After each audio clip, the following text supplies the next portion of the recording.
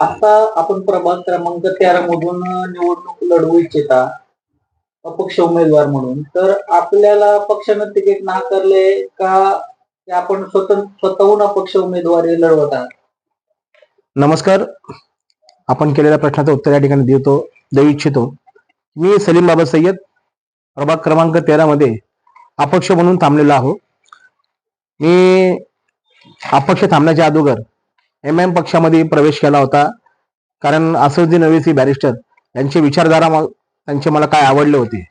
परंतु महाराष्ट्रामध्ये जे काही आता उलथापालथ राजकारण झालं, त्या उलथापालथ राजकारणामध्ये दिसून आलं की राजकीय पक्ष कुठल्या स्तराला जाऊ शकतात आणि प्रभागामध्ये काय घडू शकतं तर चांगला मला अनुभव आला. त्याच्यामुळे मी पक्षाचा उमेदवारी अर्ज न भरता अपक्ष म्हणून या ठिकाणी उमेदवारी अर्ज दाखल करून अपक्ष लढवत आहे.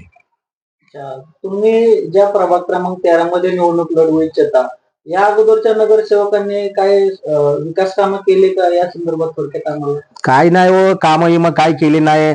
15 20 वर्ष नगरसेवक पदावर आहे. पुणे स्टेशन पुणे शहराचा केंद्रबिंदू आहे. लाखोनी लोक तिथं या ठिकाणी येतात तिथं वर्दळ असती. अहो ते वाहनतळ बघा जाऊन. टेंडर पास करून घेतली आणि विमान ते पार्किंग खिशामध्ये टाकून घेतली. कोट्यावधींचा पैसा नुसता येतोय खातोय.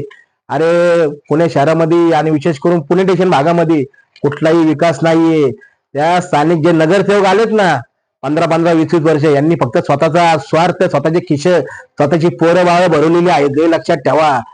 तुम्ही आता पण जाऊन बघा एवढं तिथं गलिच्छ या ठिकाणी म्हणावं नाही की पुणेकरच आहे, पण एवढं तिथं घाण आहे.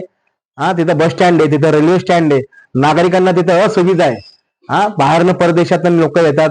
भारतातल्या प्रत्येक कानाकोपऱ्यातून तिथं लोक येतात. पुणे स्टेशन हा पुणे शहराचा केंद्रबिंदू असताना त्या ठिकाणी गलतान कारभार त्या ठिकाणी झालेला आहे, हे लक्षात ठेवा.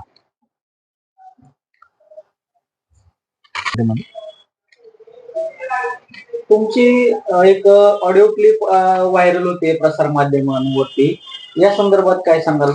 माझी ती व्हिडिओ जी आहे ते प्रसार माध्यमाची जी मला जी काही फोन झाला त्या संदर्भामध्ये प्रभाग क्रमांक 13 ढोले पाटील क्षेत्रीय कार्यालय निवडणूक अधिकारी यांच्याकडे मी सदर माझा तो क्लिप संदर्भामध्ये माझं त्यांना कळवलेलं आहे. संबंधित त्याविषयी तक्रार दाखल करून घेण्यात आलेला आहे आणि संबंधितांना त्या ठिकाणी नोटीस बजावण्यात आलेली आहे.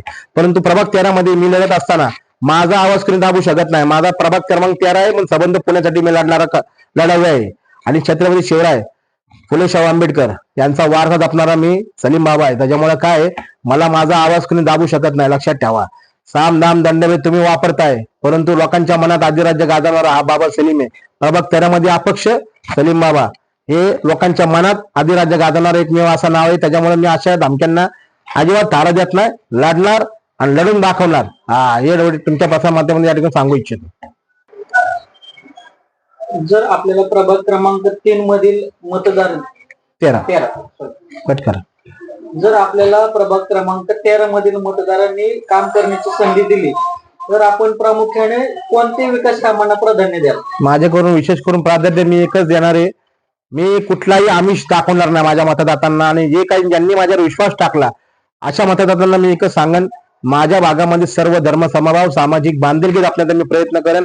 आणि जे काही वयोवृद्ध आहेत, तरुण आहेत, विद्यार्थी आहेत, यांच्या ज्या काही मूलभूत समस्या आहेत, जे काही समस्याचं निवारण करण्यासाठी मी सदैव तत्पर राहणार आहे, हे लक्षात ठेवा.